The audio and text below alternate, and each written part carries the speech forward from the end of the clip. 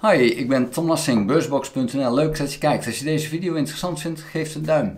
President Zelensky van Oekraïne heeft aangegeven dat hij nog voor de Amerikaanse verkiezingen de tweede vredesconferentie wil organiseren. Maar deze keer met een uitnodiging aan Rusland om deel te nemen. Ja, Rusland is direct met een antwoord gekomen en heeft gezegd, doen we niet. Dus daarmee al aangevend, het is Rusland niet te doen om vrede of om een oplossing te vinden. Rusland wil zijn zin hebben en dat betekent de voormalig rijkste delen van Oekraïne moeten Russisch worden en dan willen ze de oorlog wel sluiten. Er is totaal geen sprake van dat de Russen bereid zijn op dit moment om Oekraïne weer te verlaten. En dan kan ik me dus indenken dat Oekraïne uiteindelijk zegt van oké, dan gaan we ook door tot we alle Russen uit Oekraïne verdreven hebben. Hoe vervelend dat ook is, want dat gaat heel veel kosten. Geld, maar ook mensenlevens. Maar wat moet je dan? Het kan toch niet zo zijn dat, en dan neem ik eventjes de vergelijking Nederland en België. Dat Nederland zegt van dat Vlaanderen, daar spreken ze Nederlands. Ja, dat moet bij Nederland horen. En we gaan ze bevrijden. Want dat is eigenlijk wat Rusland heeft gezegd. Ze waren Oekraïners, die spreken Russisch in Oekraïne. Maar het waren wel Oekraïners. En Rusland heeft gezegd, we gaan ze bevrijden. We gaan ze uit het juk van Oekraïne bevrijden. Nou, dat doen wij dan ook naar België toe. We gaan Vlaanderen bezetten en zeggen, ja, we hebben ze bevrijd. En ondertussen bombarderen we de haven van Antwerpen. En Brussel, dat wordt helemaal platgeschoten. Want ja, we moeten het bevrijden. En ja, dan vredesbesprekingen met België. Ja, dat kan wel. Als je Vlaanderen aan Nederland geeft, dan is het weer vrede. Daar komt het op neer. Dat is wat Rusland nu met Oekraïne doet. Het is niet anders dan dat. Heb je andere gegevens erover, dan ben je gewoon in die val van de propaganda van de Russen gevallen. Van ja, ik ken een kennis in Donetsk en er werd constant gebombardeerd. Bullshit. Is gewoon gelogen. Uiteindelijk is het zo dat Rusland met haar soldaten in 2014 Oekraïne binnen is gevallen. En ja, er waren een aantal mensen die in opstand kwamen tegen de regering van Oekraïne. En die hebben direct steun gekregen van Rusland. En toen er gevochten werd, toen was het dus het Russische leger wat tegen het Oekraïense leger aan het vechten was.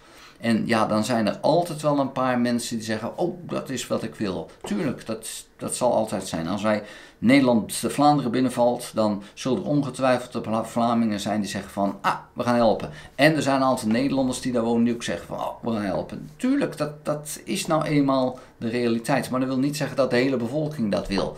En dat was pertinent ook niet het geval in Oekraïne. Want heel veel mensen spraken Russisch omdat ze dat nou eenmaal geleerd hadden. Omdat je in Oekraïne gewoon Russisch kon spreken. Maar niet omdat ze zich Rus voelden. Dat was even wat anders. Dat is hetzelfde met die Hongaren in Oekraïne. Die willen niet bij Hongarije horen hoor. Dat zijn gewoon Oekraïners die nog Hongaars spreken. Dat zijn er maar heel weinig.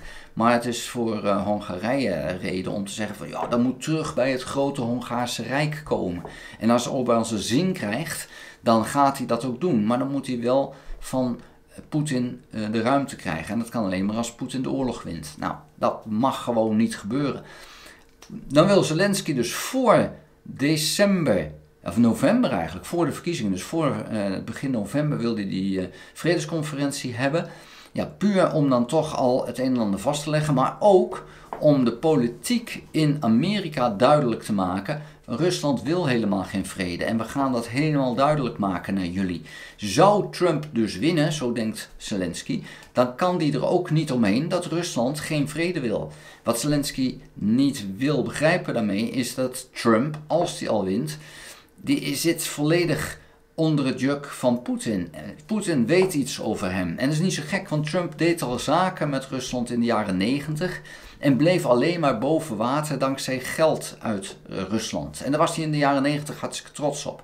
Dus Trump heeft niks zonder dat Russische geld. Dat was toen en dat is nog steeds zo. Hij heeft daar echt een afhankelijkheid die gigantisch is. Het is niet voor niks dat hij zijn gegevens niet prijs wil geven, want daaruit zal blijken dat hij financieel gezien helemaal afhankelijk is van Rusland, van Poetin. En ja, dan kan Zelensky nog zo aantonen dat Rusland geen vrede wil. Dat zal niks uitmaken. Kamp Trump heeft niks met realiteit. Die verzinnen hun eigen realiteit en dat is dan waar ze mee verder gaan. En dat zal ook zo blijven. Dus het is leuk van Zelensky dat hij het probeert. Misschien moet hij dat ook wel doen, om dan anderen te overtuigen. Maar kamp Trump gaat hij er echt niet mee overtuigen. Dat gaat niet gebeuren. Ja, dan is het tijd. Ik was er een paar weken geleden nog overtuigd van Trump kan niet winnen. Ja, totdat Biden gewoon uitging met het debat. En nu sta ik er toch anders in.